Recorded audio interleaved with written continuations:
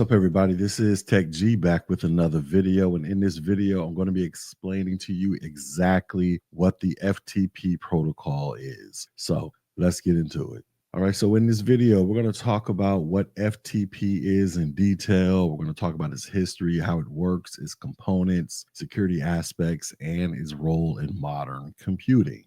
All right, so exactly what is FTP? So FTP, this stands for File Transfer Protocol, and it is a standard network protocol used to transfer files from one host to another over a TCP-based network such as the internet. In FTP, it allows users to upload, download, and manage files on remote servers, making it a vital tool for web developers, system administrators, and anyone needing to move large amounts of data. And here is a brief history of FTP. So it was introduced in 1971 as a part of the ARPANET project, which was the precursor to the modern internet. It was later formalized in 1985 by the IETF and RFC 959. And FTP has evolved over the years to incorporate new features and security enhancements, but its core functionality remains largely unchanged. All right, so let's go ahead and talk about exactly how FTP works. So FTP operates on a client-server model where the client initiates a connection to the server to perform file operations. The protocol uses two separate channels for communication, which is the control channel and the data channel. The control channel handles commands and responses while the data channel transfers the actual data. And here's the basic workflow. So you have your connection establishment. So the FTP client establishes a connection to the FTP server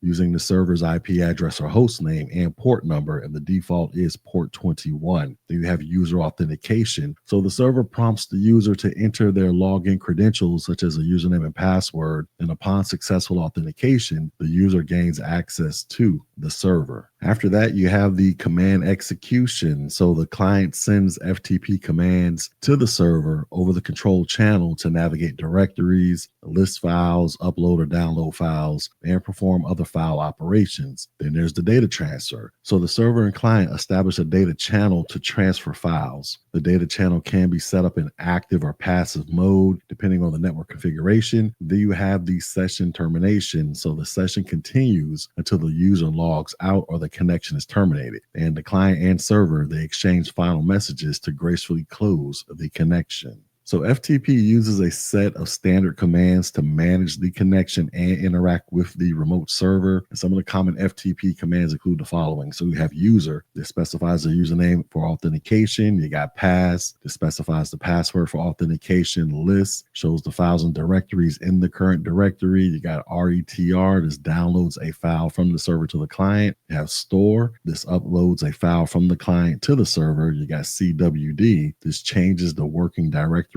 on the server. Then you got quit. This terminates the FTP session. And if you look at the image here on your screen, basically what you're looking at is a client connecting to the server where they log in with their username and password. They list the files, they download the files, and then they simply log out. All right, so let's move on to talk about the components of FTP. So several key components make up the FTP protocol and facilitate its operation. So you have the FTP client, and this is the software application or command line tool that is used to initiate an FTP session. And examples include FileZilla, WinSCP, and the command line FTP utility available on most operating systems. Then you have the FTP server. So this is the software application or service that accepts incoming FTP connections and processes commands from remote clients. And examples include VS FTPD, Pro FTPD, and Microsoft IIS FTP server. Then you have the control channel, and this is a communication channel used for sending FTP commands and receiving server responses, and it typically operates over TCP port 21.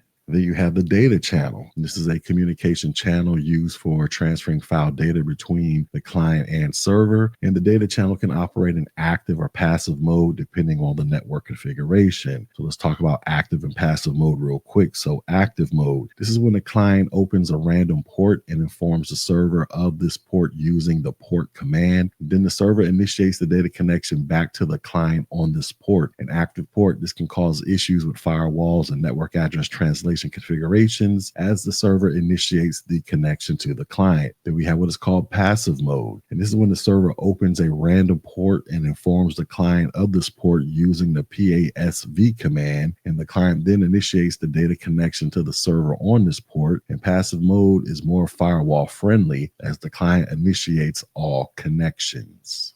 All right, so let's move on and talk about some of the advantages of FTP. So FTP does offer several advantages that make it a preferred choice for file transfer operations. There's simplicity. So FTP is straightforward to use and implement, making it accessible for basic file transfer needs. FTP is designed for efficient file transfer where it handles large files and multiple file operations effectively. It also supports a wide range of file operations, including uploading, downloading, deleting, and renaming files. FTP is available on various platforms, including Unix, Linux, Windows, and Mac, ensuring broad compatibility. And then FTP supports resuming interrupted file transfers, allowing users to continue transfers from where they left off. Now, despite its advantages, FTP has several significant drawbacks, particularly related to security. The first is a lack of encryption. So FTP transmits data, including login credentials, in plain text, making it vulnerable to eavesdropping and man-in-the-middle attacks. There are no integrity checks. So FTP does not include built-in mechanisms for verifying the integrity of transferred files, making it susceptible to data corruption. There's complex firewall configuration. So FTP's use of separate control and data channels can complicate firewall and NAT configurations, particularly in active mode. And then it is considered an outdated protocol. So FTP is considered outdated compared to modern secure file transfer protocols like SFTP and FTPS, which offer better security features.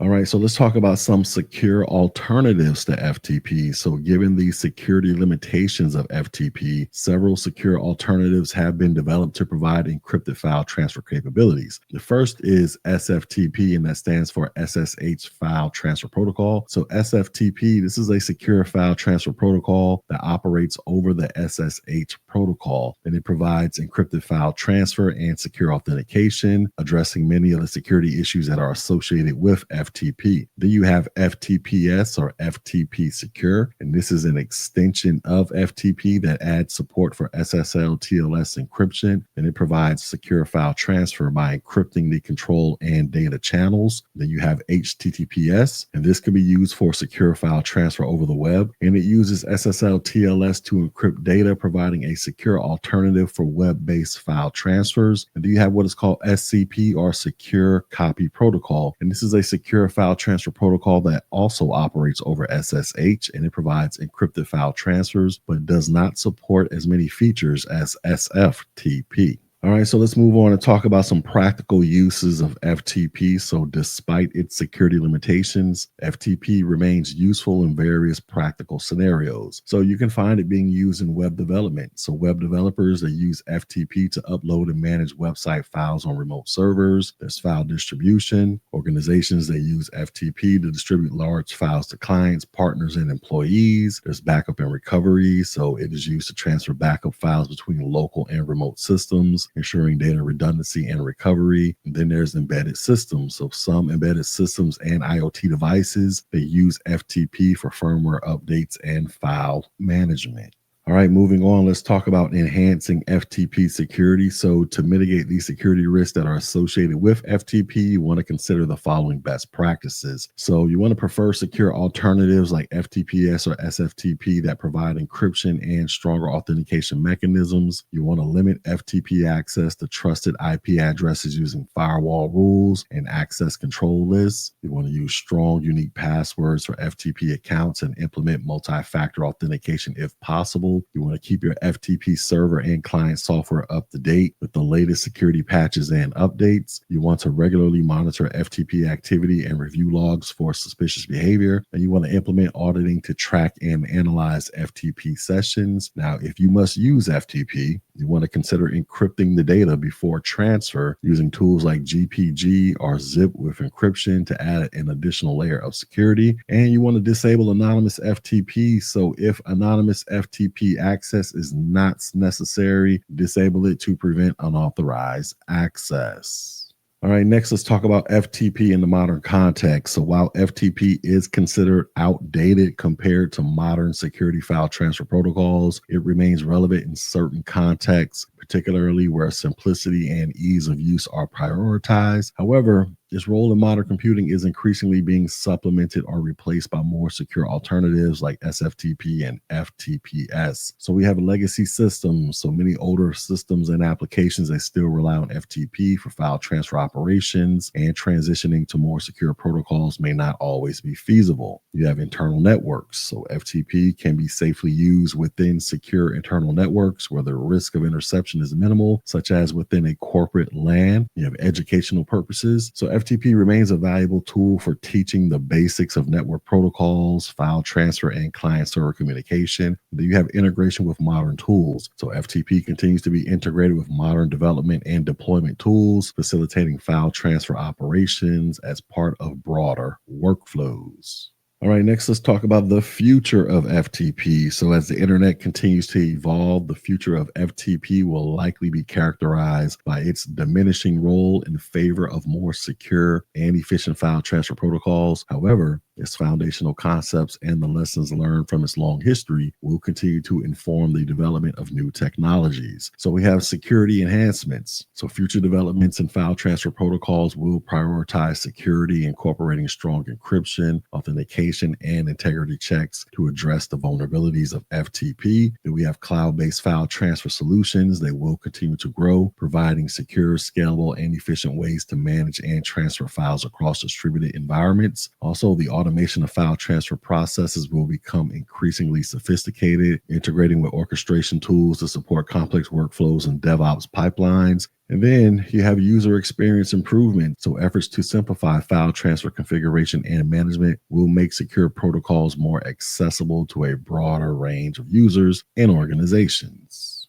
All right, so in conclusion, FTP, this has played a crucial role in the development of the internet, providing a simple and efficient way to transfer files between computers. Despite its security limitations, FTP remains a valuable tool in specific contexts, particularly where simplicity and compatibility with legacy systems are prioritized. By understanding FTP involves grasping its basic workflow, commands, components, and security challenges. By following best practices and leveraging secure alternatives like SFTP and FTPS, users can ensure the confidentiality, integrity, and reliability of their file transfer operations. And as technology continues to evolve, FTP's role will likely be supplanted by more secure and efficient protocols. However, the principles and practices established by FTP will continue to inform the development of new file transfer protocols, ensuring that the need for secure, reliable, and efficient file management is met in the ever-changing digital landscape. So whether you're managing web development projects, distributing large files, or ensuring data redundancy through backups, understanding FTP and its secure alternatives will empower you to navigate the complexities of file transfer with confidence and competence. And also, by staying informed about the latest developments and best practices in file transfer protocols, you can harness their full potential to facilitate efficient, secure, and reliable data management for years to come.